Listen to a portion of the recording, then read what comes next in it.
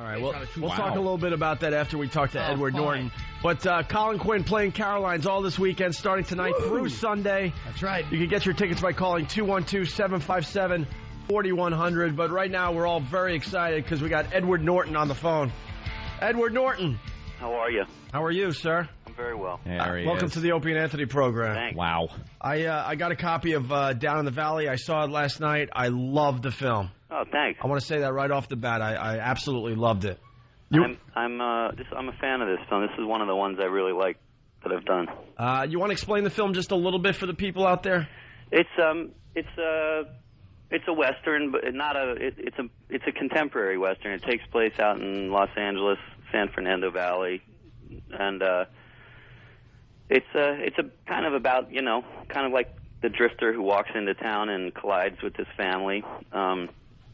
But I don't know. It's hard to sum up. How would you sum it up? Great sex scene. Jeez. Yeah, that's fantastic. That's a great plug. Thanks. No, I don't want to give too much of it away. I agree. It's tough to. I mean, it's like I have to at some films. Like, I mean, how would you sum up Fight Club? You know what I mean? It's a very hard film to sum up. It's a lot about. I think the reason that my friend and I who made it did it was we used to look at each other and say, well, we love the old westerns, but why would we want to go make another western the same way everyone else has done it? Let's do it about like the West that we live in, and let's make a movie that people look at the people in it and they say, oh, I know these people, I've seen these people around, and I recognize this experience. So it must be nice to have the opportunity to be able to put together a movie that you want to do. I mean, I'm sure you went through a few years where it was just, what people want you to do, and then you reach a point where you can do your own work. Yeah, I was lucky that way on a certain level. It's always like that for actors in the beginning, and somewhere in there when I started doing movies, I started picking.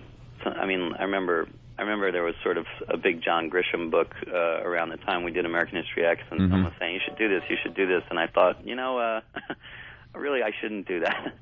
I should do this little skinhead movie, but and then when you make those. When you do that and you realize it means a lot more to you, it kind of reinforces that. I got to ask you something about American History X. So one of my favorite movies. You're in a couple of my favorite movies. Fight Club. To tell you the truth. That movie. There are so many scenes where, and I wonder this with other actors. How the hell do you stand there in front of people? Whether it's someone of a different race or ethnicity, and lambast them like that. And I know it's part of the character, but how does that end when the shot ends and you make nice? Like the dinner scene with Elliot Gould in that is brutal. I mean, brutal. And you come off so authentic as you're just, laying into this guy for being Jewish and his ideology. What happens after cut? Do you laugh it off? Is there some winding down that you have to do? Yes, yeah. The best thing is having really great kind of dance partners in it, and like when you got somebody like Elliot Gould, the thing is he's so good that he gets into it with you, and as you switch a shot or you change around or you have some seconds in between it all, like he's so good he'll even tuck over to you and sort of say, let's try this, or that was fantastic, do this. And so you're kind of in that headspace with somebody else, and they're, it's like a collaborative effort. That's the best way I can say it. But like that movie, it was a great example of everything that the movie's about, in the sense that, like, we had black guys, Mexican guys, we had men and women. I mean, you have like a mix of people making it together who all believe in what it's about, and that helps too. That helps too, Was that your favorite movie you did? I mean, they're like children. It's like it's hard to love one more than another, but I certainly liked the way that one came out. I think it came out very much like we were setting out. It did what we intended it to. You obviously worked pretty hard on it, especially on your body. Tell you the truth. Have you ever had to work that hard getting in shape for another movie? Where did it all go? Where did it all go? Yeah. Yeah, because then your next movie was Fight Club, and obviously you're not in bad shape, but it was nothing like you were in American History X. Well, you had to make sure you look a lot softer than Brad Pitt in that movie. Yeah. Well, yeah, we kind of decided I was going to kind of get sort of almost junky thin in that one, and he was going to kind of get more and more idealized, So it was terrific. He was like stuffing his face and lifting weights, and I'm starving myself for 6 months. And so somehow I don't think I get the good end of that deal, but it was fun. You know what my biggest problem, because I do a little acting too, and my biggest problem when I act, and I'm not particularly good, is what to do with my hands. Like they just kind of just hang there, and I feel stupid and stiff. That's really funny you say that. I think about that, like in theater sometimes. I get that feeling like that. What do I do with my hands feeling? When you have to do a scene, I did one in acting class last night, and it was from a Sam Shepard play where I have to play a guy who's like a kind of like almost like a Western type of vibe, and I can't do accents at all. And like whenever I act, I'm just horribly embarrassed and exposed, and I feel like I'm trying hard, and everybody just knows I suck. Is that bad, like, to actually have that when you're acting? You're going to have to move through that eventually, but, yeah. And what play was it, Fool for Love? Yeah. It was just a scene where I'm trying to convince May to come with me that I bought some land in Wyoming. Telling him what to play is stupid. He knows. Well, I'm trying we have an homage to Down in the Valley. Did you see that bit where I'm roping the chair in the hotel room? Yes, I did. Yeah, that's sort of like that's because we loved Fool for Love. Yeah, well done. Jimmy, why don't you do the line for Edward Norton that you were doing last night? I just couldn't do it well. I'm going to take care of you this time, May. See, just that was good. I thought that was good. Thanks, Carl. That is really bad. It just didn't come off as good. I wasn't feeling too well, though. I had food poisoning. So but I also say this, in fairness, as good of an actor, as brilliant as Edward Norton is as an actor, that was an easy scene in American History X, because you can see they casted Elliot Gould because he is the epitome of an annoying kike. Somebody called him a kike. He must have been like, you kike. Right? Thank you, Colin, for alienating everybody. Yeah, that's great, Colin. Sorry about that, but I'm just are you guys up in Boston now? We're in New York City. Oh, you are? But we're heard in Boston. Oh, you're from Boston? We're from here. And we were up in Boston for a while doing radio, and then we said something about Mayor Menino, and they threw us out of Boston. Oh, that's terrific. But then we came back. We kind of told the whole city that he was dead for April Fools. You're from Boston, though, right? I was born there. I was born up at Brigham Women's Hospital. You ever get back there? Yeah, now and then. Yeah, you hang with, like, old friends or something? Or yeah. I mean, I'm in New York for 15 years, so my crew is a lot of them are here. You and I actually met at the Comedy Cellar one night. You came down. Jim Norton. Jim Norton, yeah. Oh yeah. Oh, Jim Norton. Which is funny. That's my brother's name, but that guy is hilarious. Well, that's who we're... Thank you. That's the guy... Sam Shepard actor. Yeah, that's me, yeah. That's the guy that was doing the acting class. Bad Sam Shepard actor is Jim Norton, yeah. And by the way, someone has to say it. Jimmy's a very good actor. He's going to be seen on the HBO series Lucky Louie in June. Well, it's funny. Somebody has to say it. That was what Edward said to me when he came Somebody out. does that. He said, that's my brother's That's where name. we met. Yeah, and I bothered him for a picture upstairs, and he was very Of course pleasant. you did. Why do you always have to bother everybody for a picture? It's creepy. Ask Edward Norton if he remembers how creeped out he was, that he's trying to be a peer to you, and then you ask him for a picture. All right, hold on. Edward, do you remember being creeped out, or did you just think it was good-natured fun? I thought it was pretty much good-natured, bad taste humor. Thank you very much. Yeah. It was just, two men of a similar ilk as actors taking a photo together. I go up to my good friends, my peers. You talked about your nipples. Do you remember that? Great. Well, not to him after the show, probably on stage. No, I wouldn't doubt you did after the show. I think it was both. He's a despicable man. Oh, you remembered that. Thank you. Hey, Glenn wants to say hi to Edward Norton. Let's say hi to Glenn. Glenn, what's up? Hey, Edward, how are you? It's Glenn Cunningham. How you doing? All right. I wanted to thank you for working in that movie, Pride and Glory. I had a good time with you, bro. Oh, yeah. That's good. Are we working on that? Yeah, remember we talked about Aikido and we were up in Harlem? Oh, yeah. You must get this all the time. I worked on a movie. Yeah, Pride and Glory. We're shooting it still right now in New York. It's like a cop corruption film. All right. Domo arigato gozaimashita. Glenn, that's all you have today? That's it, man. Take care and good luck. I'll see you All in the right. opening. Way to bond. Hey, Edward, do you remember Patrice O'Neill from 25th Hour? big black guy. Like he was fat black WC. Black W.C. Fields. He was the, I guess, the doorman at the club you were going to. I do remember them. Yeah, he's a good friend of ours in the show, and he constantly talks about doing that movie and working with you.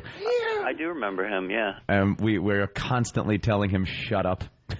He's a chocolate man that can't eat chocolate. Well, it was actually a scene with, I think, Edward and Philip Seymour Hoffman he got to do a scene with. And he just said how nervous he was and how they had to kind of... Two brilliant actors, and I did Patrice. a couple movies with Phil. He's fantastic. Yeah. He never. This is what I like about him. He never makes eye contact with people in a scene, which I think is great. Because in my class, they just say you got to look at the person in the eyes, but I don't look at people in the eyes in real life. I'm shifty and nervous all the time. Well, again. But I mean, that's what I like about him. Again, I don't really know what to say to you. Say what you really feeling inside, which is shut up, you rank amateur, and don't ever bother me again with acting questions. There's nothing wrong. You dilettante idiot. Yeah, Jimmy's hoping that you guys are going to become friends. Jimmy thinks you guys are going to be like studying together and doing Sam Shepard scenes. Jimmy's hoping by the end of this interview you go, can you put me on hold? I want Jim Norton's phone number. Yeah. Maybe we can do a Sham Shepard play. I hope he kicks you down the stairs at the cellar next time he sees you. Nobody told me this was your show, Jim. Why didn't they tell me? They probably didn't know. I mean, they don't know all the friends I have that happen to be celebrities. They don't give me any Because credit. he's the third wheel. Yeah, I am pretty much the third wheel. You know something? I love Rounders also. Do you think that might have come out a couple of years too early? Oh, yeah, I know. They say it's just as bad to be too early as too late, right? Yeah, that movie is fantastic. And now it's just such a cult favorite with people that play poker, who now is everybody. Do you play? I do play now and then. The guys who wrote that film are good friends of mine, and they really taught me a lot about the game, and I'll still get into a. You're the fish, though, or what? Get into a home game now and then and beat everybody up. You're not one of those that go around to the tournaments, though. Well, celebrity tournament. It's hard when I go play. If I go sit in a casino or something, everybody sees Worm walk in and they all want action, so right. So they just all bet into me. I can't really. I have to play pretty high stakes to get a straight game. Yeah, don't doubt it. How amazing was it working with De Niro and Brando, doing scenes with those two? They're great. They're great. I knew both of them before it, but it was a. I mean, Bob especially, that was like a dream come true. Yeah, Bob. Let me ask you something. When you saw Norton's original act at the cellar, did you ever dream he'd ask you a question that Byron Allen wouldn't even ask you? How amazing it is to work with Brando De Niro? I only thought. How can you answer that other than it was great? Well, I just thought of it. Shut your mouth. Because I saw how much weight you put on, so it made me think of Brando. I'm a little heavy, it's true. All right, hey, let's say hi to Cappy on Long Island. Cappy, we got Edward Norton on the phone. Hey, Edward. American History X, you were genius in that movie. That's my absolute favorite movie of all time, man. Is it difficult doing the prison rape scene? I mean, it might sound like a silly question on the outside because no, it's a piece of cake. But I mean, what kind of mindset do you have to get into for that? Well, most of the guys that we were doing that with were actually cute, reformed ex-cons. Oh. Really? Yeah, and so I think fear was the operating emotion in that one. They didn't really have a sense of of how you fake it in a stunt. You know what I mean? Oh, damn, that hurts. The realism there and the whole. I mean, you came off as kind of a despicable human being in that movie for the most part at the beginning especially, but then also misguided and stuff. But when that scene came up, you just really didn't expect it to happen to, the major character in the scene, so it made it that much more brutal. Yeah, it's a tough one. I mean, I like he's a character that kind of starts in one place and ends up in a very different place, which is kind of interesting. I mean, but that, down in the valley, you just saw it. It's kind of the opposite. Mm-hmm. It's like he's a very complicated character. In this movie, this guy, he seems like incredibly charming and poetic and. Yeah, we should explain down in the valley a little more. So, he starts dating an underage girl, and they're falling in love, like real love. And then there's obviously some twists and turns. The father's not into it at all. A couple of problems. And he also befriends the brother of his girlfriend, right? And it's great. It's like a modern day movie, but it ends up modern day western. I'm sorry. It is, but I think you end up, we always felt like we wanted you to end up kind of where those kids end up about him, like not sure how you feel about the guy, and that, you know, I mean, he reminded me of like Cool Hand Luke or those characters I used to love who are kind of there's something great about them, but you just know they're never going to be able to get it together quite. Yeah. Right. Yeah. Edward, I was thinking there's a little Taxi Driver in there too. Well, it's funny, you know, there's a scene that people keep talking about that, and we had this whole thing in our head of this one Western that we love and him acting out this Western, but later when we looked at it, we realized there was kind of this weird echo of that, but that's fine too, because a lot of it's about fantasy and I you know, that movie is so much in everybody's heads that I believe, I buy that it's even in his in a way. Mm-hmm.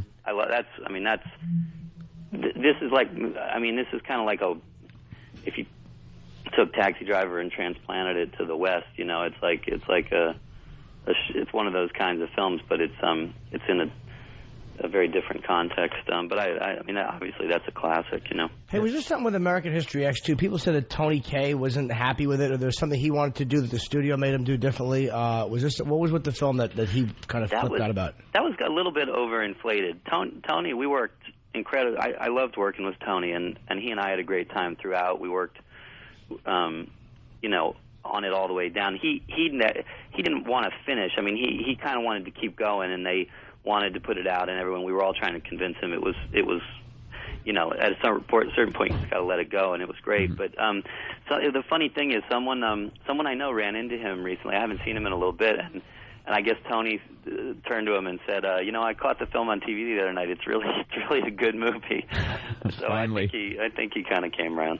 Yeah. But yeah, it's, you know, these kinds of movies. The thing is, this one, Down the Valley, is like that one in the sense that we made it. You know, we made it for like the costume budget of other movies, and it, you know, we're starting it out small in just a couple cities. It'll be just in New York this weekend, and so we're you know, we're trying to let people know about it.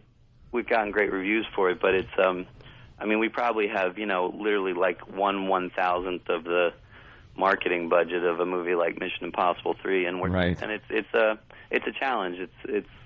It's challenging. But it's a place where we're trying to let people know that, you know, going to see it the first weekend, you can actually, in a lot of ways, make a difference in whether or not movies like this are getting out there. So it's not in the marketing budget for you to jump on a horse and ride all over Manhattan?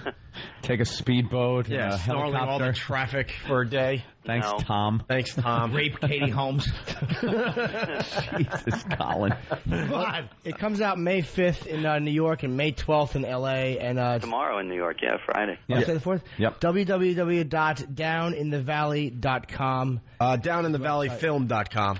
God, do I stink. Downinthevalleyfilm.com. It's tough to talk about the movie because there's... you enjoyed it, yeah? I really enjoyed it, and there's a lot of twists and turns, and it's hard to really discuss it without really giving away some of the key points in the movie. But and Edward's just a great actor, if I may kiss your ass, sir. You're really good. I mean... I think I've been finding a lot... It's funny, the movies you guys have been saying you like, I've been finding the people who like Fight Club and 25th Hour and those kinds of movies are really enjoying this movie, you know?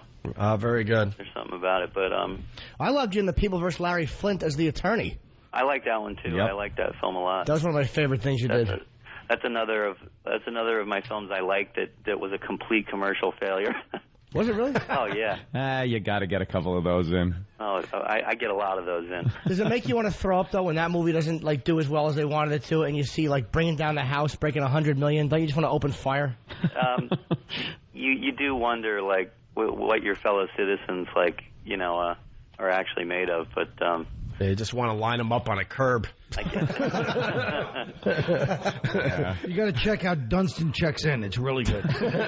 All right, let's let Edward Norton go. Edward Norton, this was a thrill for us, I got to tell you. Yeah, huge fans, man. Pleasure. It's Down in the Valley, comes out tomorrow in New York, and then next Friday in Los Angeles. It's downinthevalleyfilm.com. Excellent. You guys be good. Take care, man. Thanks for calling in. I appreciate it. Thank you. Thanks. Edward Norton, everyone. The best part is that Jim Norton looks like Edward Furlong in American history. I don't remember him. Shut up. He's the little brother, you idiot. Well, what do I know? I'm just too busy talking to my other acting friends. You know, I hate when he says this because now he had more of a connection with Edward Norton than any of us did. So now he's playing I want to break his leg like Ed Norton did to the black dude in American History X on the curb. That was put his face on the curb. I would put Norton's put his teeth on there and just step on the back of his head. That was a good scene. That was cathartic. Brutal. Cathartic. Yeah. Right? Very cathartic. Yeah. Guys like Edward Norton, like myself, shut your mouth. we get together, we talk. I mean, it's just what happens. Yeah. You stink. Well, I stink. I can't help it. All right, listen, we got to wrap up the first half of the Opie and Anthony show. We're going to continue on XM for a few hours. We got Greg from Carolina.